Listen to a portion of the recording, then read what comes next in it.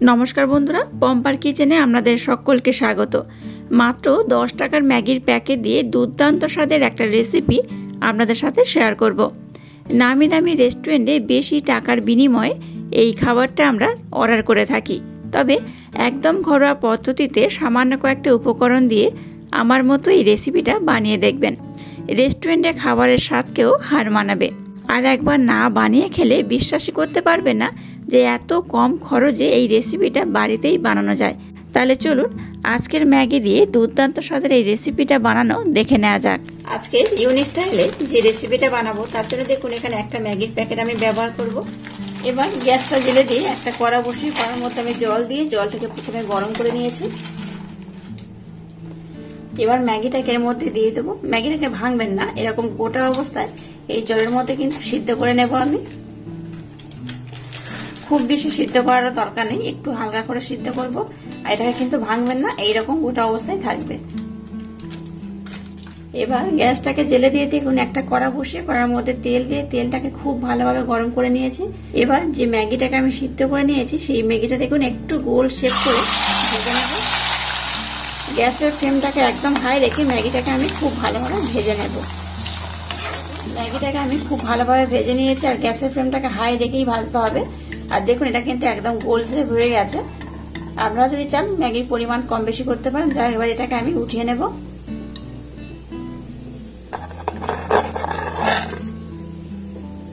এবার দেখুন গ্যাসটাকে জেলে দিয়ে সেই কড়ার মধ্যে তেলগুলো আমি নামিয়ে নিয়েছি।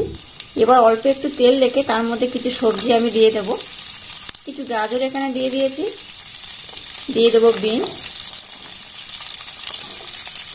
দিয়ে দেবো ক্যাপসিকাম।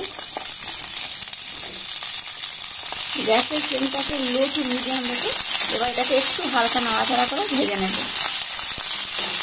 এখানে লবণ দিয়ে দিলাম একদম সামান্য পরিমাণে। এবার সমস্ত সবজিগুলোকে একটু হালকা করে ভেজে নেব, খুব লাল লাল করবে না, একটু হালকা করেই ভাজতে হবে। দেখুন সবজিটাকে একটু হালকা করে নাড়াচাড়া করে ভেজে নিয়েছি। এবার এখানে একটা পেঁয়াজ কুচনো দিয়ে দেব, দিয়ে দেবো দুটো কাঁচা লঙ্কা। আবার সমস্ত উপকরণ একটু হালকা করে নাড়াচাড়া করে নেব।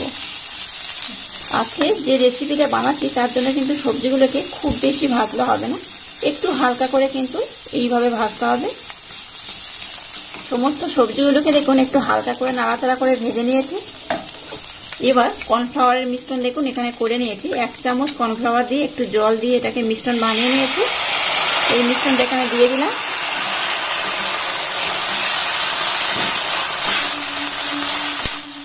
এবার এখানে 2 চামচের মতো দিয়ে দেবো টমেটো সস।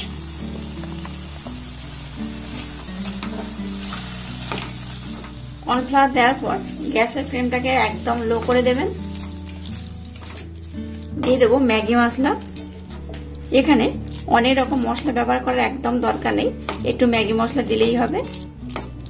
এবার আমি গ্যাসটাকে বন্ধ করে দিলাম। সমস্ত উপকরণ খুব ভালোভাবে মিক্সড করে নিয়েছি। ম্যাগিটাকে ভাজার পর দেখুন একটা পাত্রের মধ্যে আমি উঠিয়ে নিয়েছি।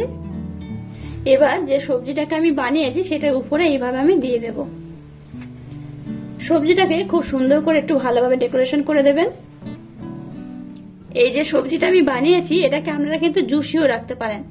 আমি একটু মাখো মাখো করেছি, একটু জুসি রাখলেও অসুবিধা নেই।